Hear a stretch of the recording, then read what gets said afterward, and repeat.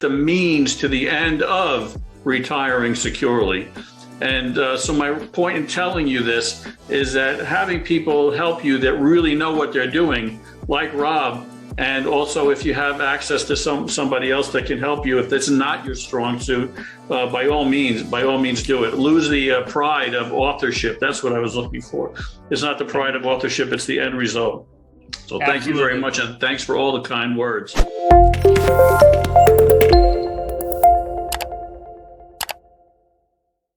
If you asked them 24 hours after meeting you, what was the biggest impression? What's the number one thing you remember from our conversation a day ago?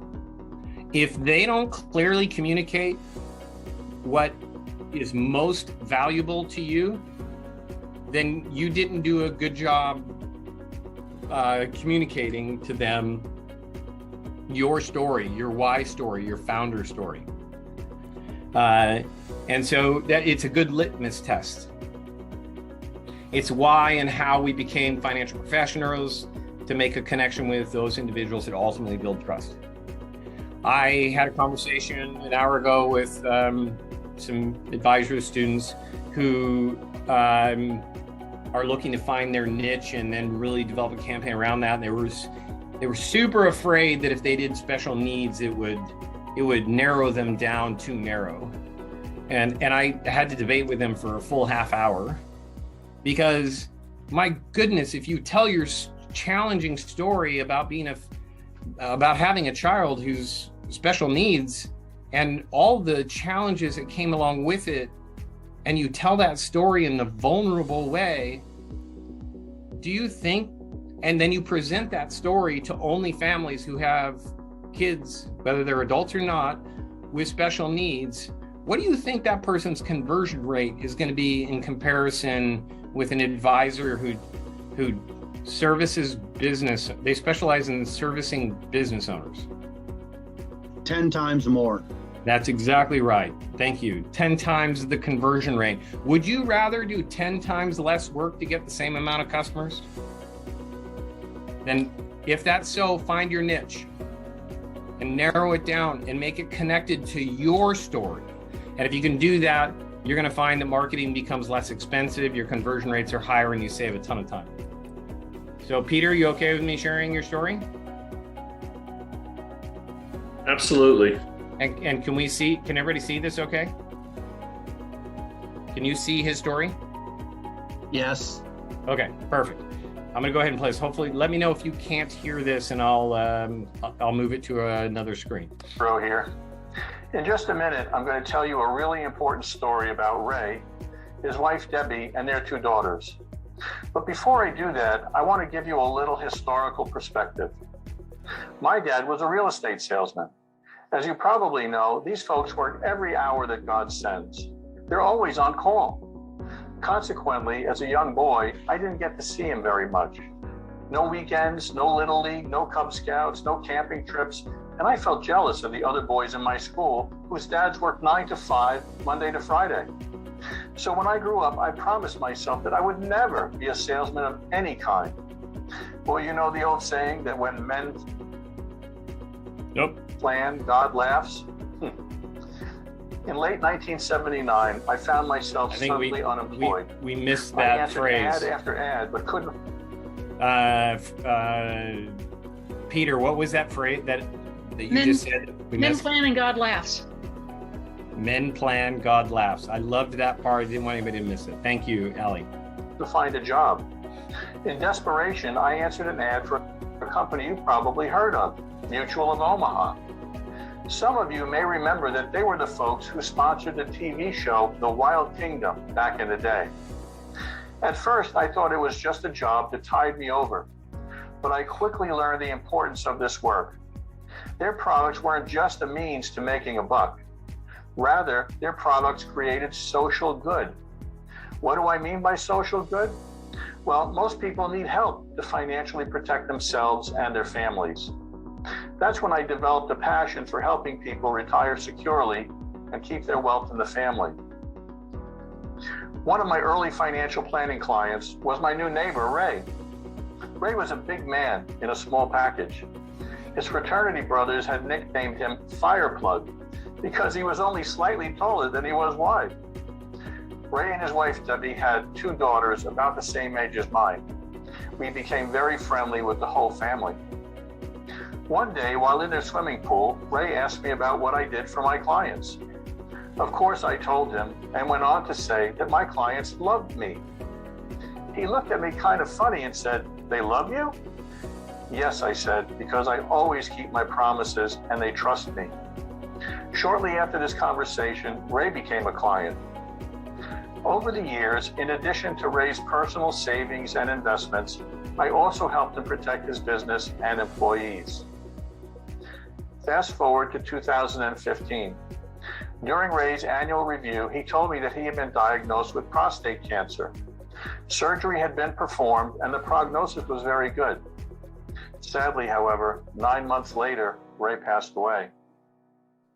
Ray may have been small in stature, but he was big in heart and in public service and a pillar of his community. In fact, his funeral was standing room only. The church was packed not only with friends and family, but also community and government leaders from around the state. There were many tears shed that day, and I'm sure that many of the mourners sent flowers and condolence cards as well. However, because of the work Ray and I had done together for over 20 years, I was able to deliver more than a condolence card. I arrived to pay my respects with a check for $10 million. This money saved his family, his business, and ensured his legacy.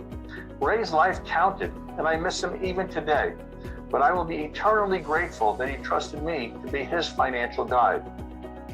At that moment, I realized that my true purpose in life was to dedicate the rest of it to guiding people through the process of retiring securely and keeping their wealth in the family.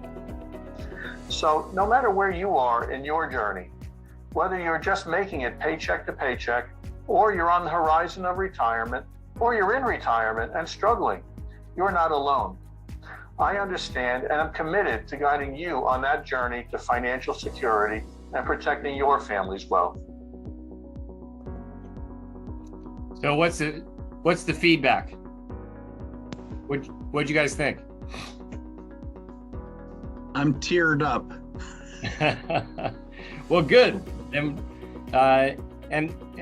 just so you know, Peter just did this week.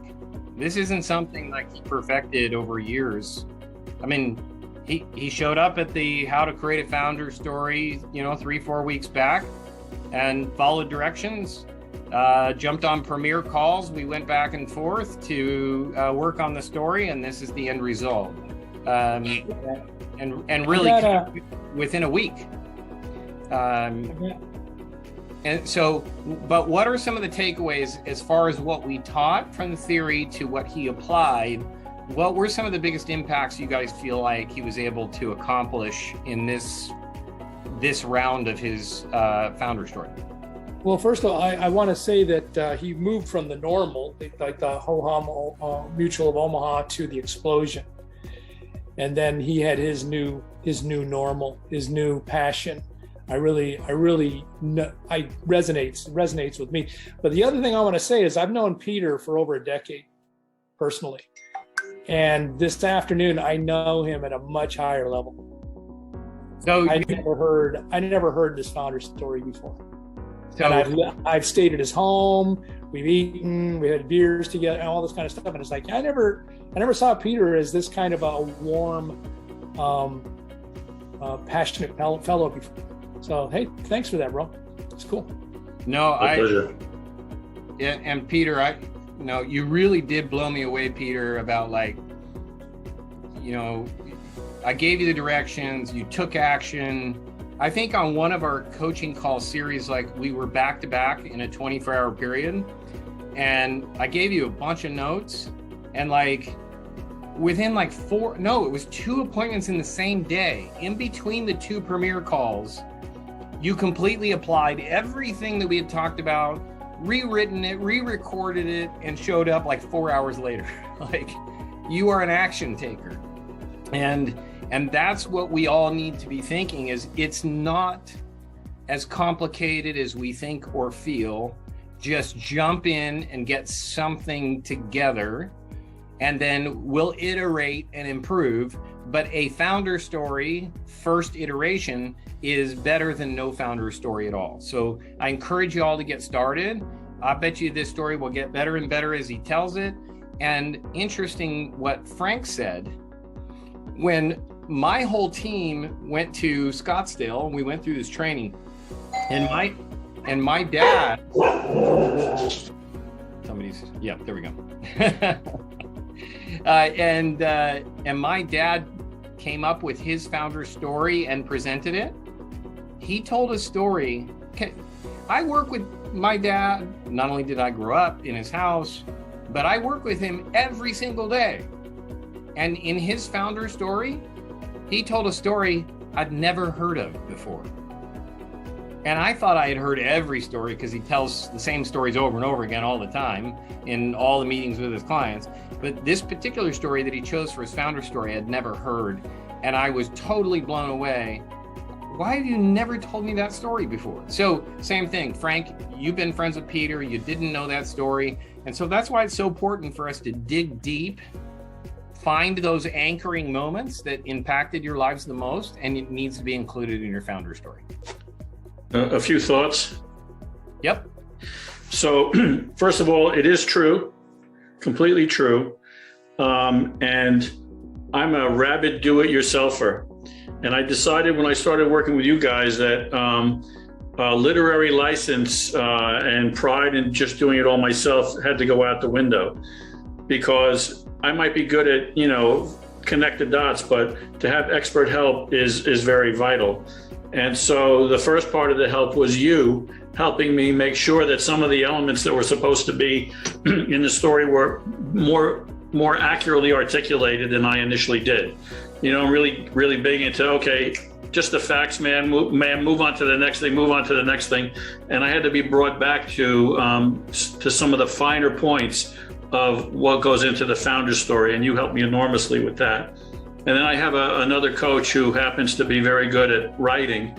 And she hit at all the things that, and again, it was just expounding on some of the ideas and throwing out a lot of the stuff. We're very inclined to offer the solution.